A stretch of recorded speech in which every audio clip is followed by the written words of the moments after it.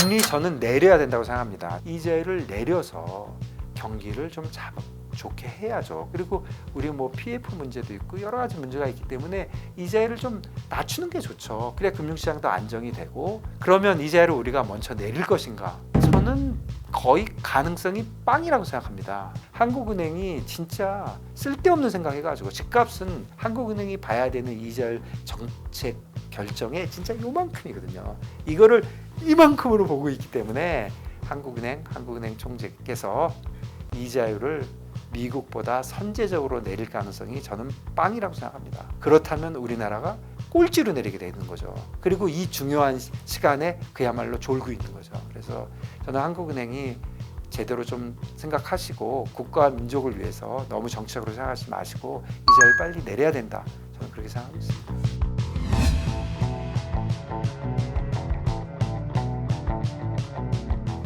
특별한 경제 강의 면이 특강. 안녕하세요, 주식 초등학교 여러분. 저는 오늘의 특강을 맡은 김준성입니다. 사실 금리가 관건이거든요. 제가 이제 금융시장에서 오랫동안 뭐 어쨌거나 이제 뭐 평생을 지내고 제가 트레이딩도 오래 하고 이렇게 보니까 움직이는 게 많잖아요. 뭐 환율도 움직이고 주식도 움직이고 뭐 한국 이자율도 움직이고 미국 이자율도 움직이고 하는데 서로 간에 다 영향을 주잖아요. 그러면 제일 먼저 움직이는 놈이 있을 거 아니에요. 가장 남들한테 영향을 많이 주는, 자기는 영향을 받지 않는 그런 걸 딱 하나만 고르라 그러면 저는 미국의 이자율 같아요. 미국의 이자율이 모든 것을 결정하더라고요. 그러니까 미국 경제가 전 세계를 결정을 하니까 또 미국은 굉장히 개방돼 있잖아요. 그러니까 미국의 이자율은 그야말로 정책 금리를 뭐 페드에서 어느 정도 하지만 정책 금리를 움직인다고 미국은 시장이 딥해서 실질 금리가 거의 10년짜리예요. 그러다 보니까 그 마음대로 움직여지지가 않거든요. 그러니까 미국 금리의 정책 금리와 실질 금리의 움직임이 모든 금융시장을 좌지우지하는 것 같아요. 그러니까 가장 강력한 그런 것 같고, 물론 이제 그 이자율은 경제 상황에 대해서 결정은 되겠지만 이자율의 추이를 보는 게 굉장히 중요하고, 특히 뭐 최근에 2, 3년은 뭐 당연히 미국 이자율이죠. 미국 이자율을 거의 0%에서 5.5%까지 뭐 1, 2년 만에 이렇게 올려버렸으니까 모든 곳에서 시장이 변했으니까 미국 이자율의 추이를 보는 것이 금융시장, 주식시장뿐 아니라 모든 시장을 보는 것에 지금 관건이다 이렇게 생각이 됩니다. 6월 금리 인하할 가능성은 좀 거의 없고요. 지금 6월 뭐 얼마 남지도 않았잖아요. 제 얘기보다 중요한 거는 시장이 어떻게 보느냐가 중요하잖아요. 시장은 예를 들어서 이렇게 여러 사람한테 이렇게 물어보는 것이 아니라 그러면 뭐 자기 생각을 얘기할 거잖아요. 근데 자기 생각도 다 제대로 얘기하는 건 아니에요. 예를 들어서 제일 아무 생각 없이 얘기하는 사람들이 저 같은 트레이더들이에요. 뭐 그냥 내 생각대로 얘기하면 되지. 내가 뭐 오른다고 생각하는데 내린다고 얘기할 이유는 없잖아요. 그런데 페드에 있는 사람들을 생각해 보세요. 제대로 얘기할까요? 자기 생각에는 내려야 된다고 생각하지만 난 내릴 것 같아 이렇게 얘기해 버리면 시장이 너무 또 인플레이션 같은 데 영향을 줄 수 있기 때문에 사람들은 다 자기 속마음을 얘기하지 않아요. 그래도 순진한 트레이더들이나 좀 하는 거지. 또 방송에 있는 사람들도 꼭 자기 속마음을 얘기하는 건 아니에요. 그런데 시장을 보면 시장은 돈 내고 돈 먹기를 하는 거예요. 어디다가 돈을 내는 거지 내가 오른다고 생각하는데 낮은 쪽에 베팅을 하진 않잖아요. 그래서 사실은 이렇게 이제 미국 시장은 완전히 자유화되어 있기 때문에 뭐 퓨처스라든가 뭐 스왑이라든가 여러 가지 상품들이 있거든요. 그런 상품들에 이제 투자하는 거를 보면은 상품의 가격을 보면 이제 포워드 커브라 그래가지고 앞으로 시장 금리가 어떻게 될 것 같은 커브가 있거든요. 뭐 좀 복잡하지만 그런 것들을 이제 열심히 보고 개인들이 제일 보기 쉬운 거는 그 패드워치라고 많이 보시잖아요. 그 패드워치가 뭐 얼마 전에 누군가 만든 건데 아주 잘 만들었어요. 그럼 뭐라고 만든 거냐면 패드워치 6월 달에 내릴 확률이 얼마예요? 7월 달에 얼마예요? 이렇게 그냥 그래프로 보여주잖아요. 그러니까 그게 누구한테 이렇게 설문조사한 것 같이 보이잖아요. 근데 아닙니다. 페드 펀드 퓨처스라는 게 있거든요. 그러면 그 가격이 쭉 있으면 이거를 확률적으로 거꾸로 계산을 해서 확률로 계산을 해놓은 거예요. 근데 보기 너무 좋죠. 확률로 딱 돼 있으니까. 앞으로 정책 금리 어떻게 될 건가 보면은 그 패드워치 그냥 쳐보면 그래프 달별로 쫙 나오거든요. 그거 보시면 되는데 그게 시장의 금리다. 시장이 오늘 보고 있는 금리거든요. 그거를 보는 게 우선 제일 중요하고 나는 그 금리 그거보다 내 생각엔 더 오를 것 같아.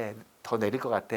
이런 생각을 해볼 수는 있겠지만 일단 지금 시장이 보는 거를 아는 게 제일 중요하거든요. 지금 시장이 보는 거는 제가 좀 전에 보고 왔는데 뭐 6월 달에 오를 가능성 거의 빵으로 보고 있는 것 같고요. FOMC가 1년에 8번 해요. 그래서 이제 6월부터 하면은 이게 네 번째거든요. 그러면 7월, 9월, 11월, 12월에 있어요. 앞으로 5번 남았거든요. 그런데 지금 6월, 7월은 거의 안 하는 쪽으로 보고 있고 9월은 하는 게 조금 더 많은 쪽, 한 6대 4. 그럼 9월에 안 하면 또 11월에는 할 수 있잖아요. 그래서 9월에 할 가능성을 지금 제일 많이 보고 있고 첫 번째를 12월에 가면은 두 번이나 한 번이 반반이다. 9월에 한 번 내린다고 치면 5.5가 5.25가 되잖아요.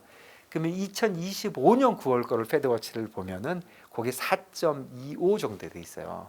그럼 지금보다 1.25 정도 5번 내린다는 거거든요. 그럼 그때까지 남은 거하고 계산해 보면 계산은 2번에 한 번 또는 3번에 한 번. 결국은 페드가 한 번은 2번에 했다, 한 번은 뭐 한 번에 했다 이렇게는 잘 안 합니다. 예전에 올릴 때 막 25, 50, 75 막 이렇게 올릴 때는 워낙 급하니까 그랬고 요번에는 2번이면 웬만하면 2번, 3번이면 웬만하면 3번. 아니면 2번에 하다 3번으로 바꾸고. 그래서 지금 시장의 컨센서스는 9월 달에 한 번 내려서 그때부터 2번 또는 3번에 25p씩 내려서 한 4% 아니면 3% 후반까지 쭉 내린다는 게 컨센서스거든요. 그러니까 그거를 일단 시장 얘기를 맞게 믿어준다면 지금 9월에 내릴 가능성이 제일 많다. 10월이면 상당히 내릴 것 같다. 한 8, 90% 10월에 내릴 것 같다. 이렇게 보고 있습니다. 저금리라는 건 자기 머릿속에 있는 거고 지금 저금리라고 하면 지난 그 팬데믹 이전과 팬데믹의 한 10년 동안 금리가 1%도 안 됐잖아요. 미국 금리뿐 아니라 모든 전 세계 금리가 낮았잖아요. 그것부터 생각을 해봐야 되는 거거든요. 사실 이자율도 낮을 뿐 아니라 뭐 돈도 많이 풀었잖아요. 뭐 팬데믹 때도 많이 풀었지만 그 전에도 사실 많이 풀었거든요. 많이 풀었는데 뭐 일반적으로 생각을 해보면 야 이자율이 낮고 돈을 풀면 문제가 뭡니까? 물가가 올라가겠죠. 그러니까 그렇게 할 수가 없는 거잖아요. 그래서 경기가 좀 나쁘면 돈을 확 풀어요. 그럼 경기가 살아나거든요. 그리고 이자율이 내려와요. 돈이 많으니까 물가가 올라 버리는 거죠. 그랬는데 그 기간에 물가가 잘 안 오른 이유가 사실 좀 있는 것 같아요. 제가 볼 땐 기술 발전입니다. 기술이 발전을 해가지고 예전에 20년 전에 제 기억에요. 2, 30년 전에 선풍기 있잖아요. 그거 어렸을 때 한 5만 원 했던 것 같아요. 나 잘 기억은 안 2, 3만 원 한 것 같아요. 요즘 선풍기 얼마 하는 줄 아세요? 좀 다르겠지만 2, 3만 원밖에 안 해요. 그러니까 한 2, 30년 동안 공상품 가격은 거의 안 올랐어요. 기술 개발이 엄청 된 거죠. 기술 개발이 되면서 생산성이 좋아진 거예요. 그러니까 돈이 많아도 물가가 안 오른 거예요. 그게 하나고 두 번째는 국제적 분업이 잘 됐어요. 중국에서 열심히 만들고 신기술은 미국에서 개발하고 그 중국에 넘어지면 중국에서 만들고 원자재들은 탁탁 넘겨주고 그랬는데 그게 팬데믹이 지나면서 깨지고 있잖아요. 그러니까 국제 분업이 잘 안 되는 거예요. 기술 개발도 약간 더디고 그렇다면 예전에 그런 상황은 좀 어렵잖아요. 당장 한 10년 동안은 물가가 안 올랐는데 팬데믹 기간에 물가 올라버리잖아요. 그러니까 앞으로 물가 걱정도 좀 있기 때문에 이제는 그 금리의 레벨이 예전보다는 좀 높게 올라올 것이다. 그게 이제 중립금리라는 거잖아요. 인플레이션을 일으키지 않는 그런 금리. 그래서 그게 이제 2%라고 많이 얘기하는데 2%의 근거가 있느냐? 제가 보기에 없어요. 그냥 2%라고 한 것뿐이고. 그러니까 그게 지금 2%가 아니고 3% 아니냐. 뭐 그런 얘기를 많이 하겠지만 별 의미 없는 것 같고 우선 첫째는 시장이 어떻게 보느냐가 제일 항상 중요한데 지금 시장에서 보는 거는 미국 금리가 결정이 되면 다른 나라들은 위아래로 경기에 따라서 좀 오르고 내리고 하니까 뭐 경제 성장률의 정도에 따라서 미국 금리가 제일 중요한데 지금 미국 금리가 지금 뭐 한 2, 3년, 3, 4년이 지나도 한 3.5 밑으로는 잘 안 내려갈 것이라고 보는 거잖아요. 그러니까 뭐 어딘지는 모르지만 3.5 정도로 간다면 뭐 한 10년 전보다는 높은 거죠. 그러니까 지금 금리의 수준이 뭐 예전처럼 1%, 2%대는 아니고 3%, 그 정도 미국이 3%에서 뭐 4%이 정도로 왔다 갔다 하는 게 아니겠느냐. 그러니까 뭐 예전보단 금리가 높겠죠. 금리 저는 내려야 된다고 생각합니다. 저는 개인적으로 금리 내려야 된다고 생각해요. 왜 그러냐면 지금 각 나라들이 지금 독자 생존 뭐 각자 이제 알아서 하는 거거든요. 그리고 지금 시장이 급격하게 변했어요. 사실은 글로벌리 저금리와 유동성이 충분하면서도 인플레이션이 되지 않는 그런 아주 좋은 시대를 보내다가 팬데믹이 빵 터지면서 돈을 더 풀어버렸고 너무 급하니까 이자율이 오르니까 이자를 올리고 이자율이 이제 내려가는 시점으로 안정되고 있잖아요. 미국이. 그러면 각 나라가 여기서 진짜 졸면 끝나는 거거든요. 산업도 재편이 되고 있잖아요. 지금 반도체도 지금 뭐 대만, 뭐 네덜란드, 한국, 이제 일본까지 난리를 치잖아요. 중국, 뭐 미국 지금 난리를 치기 때문에 여기 산업적인 문제, 그 다음에 그거를 받쳐주는 이자율적인 이런 문제가 잠깐 졸면 진짜 죽는다. 이런 굉장히 나라별로 보면 긴박한 것 같거든요. 금융시장은 미국에서 볼 때 이자율도 안정돼 보이고 뭐 어떤 전 주식도 올라갈 것 같습니다. 모든 게 안정돼 보이지만 각 나라 벌려 보면은 이제 강론이 너무 다른 거예요. 그러다가 보면 지금 생각을 잘해야 되는 거거든요. 그러니까 이자율을 보면 우리가 지금 쉽게 건드릴 수 있는 게 이자율이거든요. 산업 정책 같은 게 하루 이틀에 되겠습니까? 근데 산업 정책이라는 거는 하기가 어려운 거지 되게 쉬운 거예요. 결국 잘하면 되는 거잖아요. 무조건 우리나라가 좋게. 그러니까 하기가 어려운 거지 정책을 어떻게 할까는 어렵지가 않아요. 근데 이자율은 뭐 올리는 쪽은 아니니까 내리는 거는 사실 정책 금리는 정부가 마음대로 하는 거란 말이에요. 그렇다면 뭐를 봐야 되냐면 지금 유럽도 왜 먼저 내립니까? 경기가 안 좋다고 생각하는 거죠. 유럽이 경기가 많이 살아났다고 얘기하지만 자기들 보기에는 아닌 거예요. 지금 한 1%밖에 안 되잖아요. GDP 금년에 보는 게 미국은 훨씬 높단 말이에요. 그러니까 우리가 이번에 경기를 좀 살려봐야 되겠다.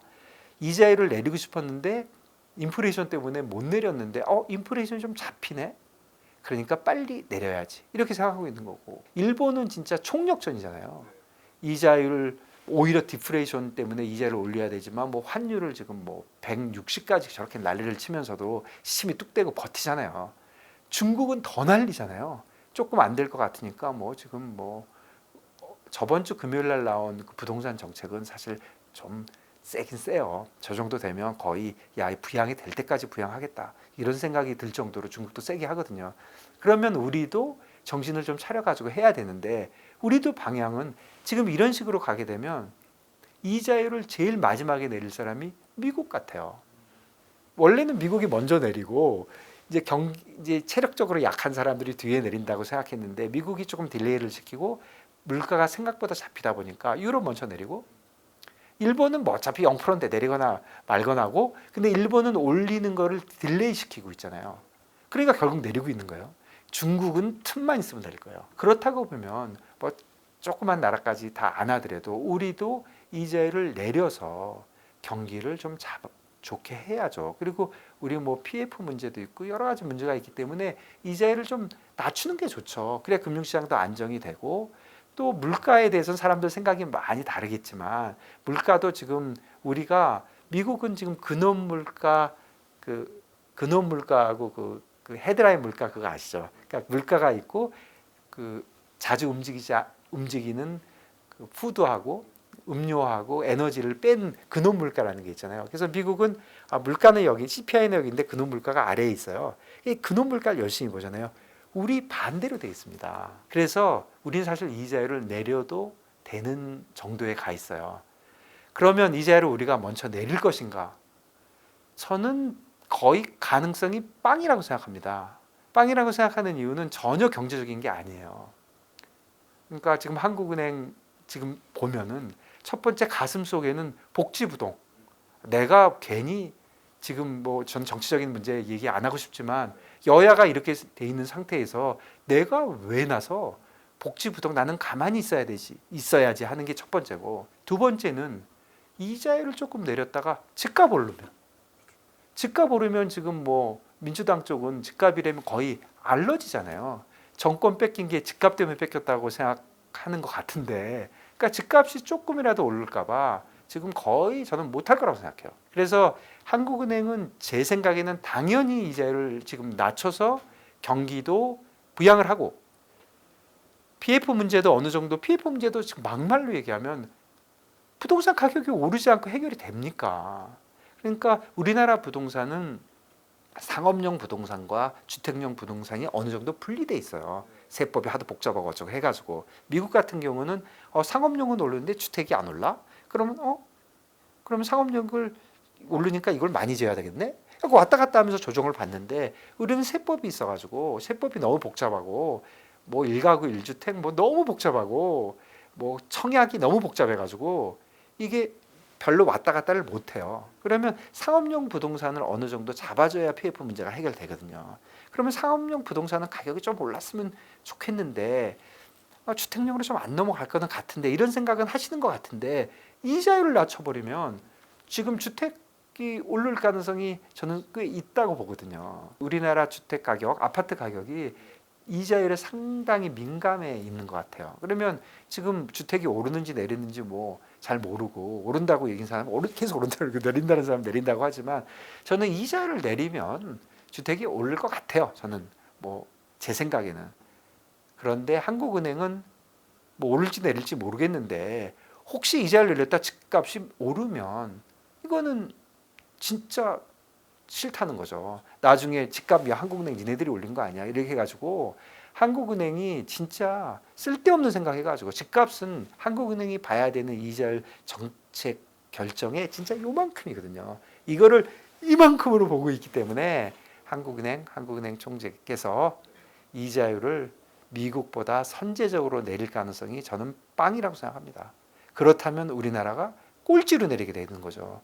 그리고 이 중요한 시간에 그야말로 졸고 있는 거죠. 그래서 저는 한국은행이 제대로 좀 생각하시고, 국가와 민족을 위해서 너무 정책으로 생각하지 마시고 이자를 빨리 내려야 된다. 저는 그렇게 생각하고 있습니다.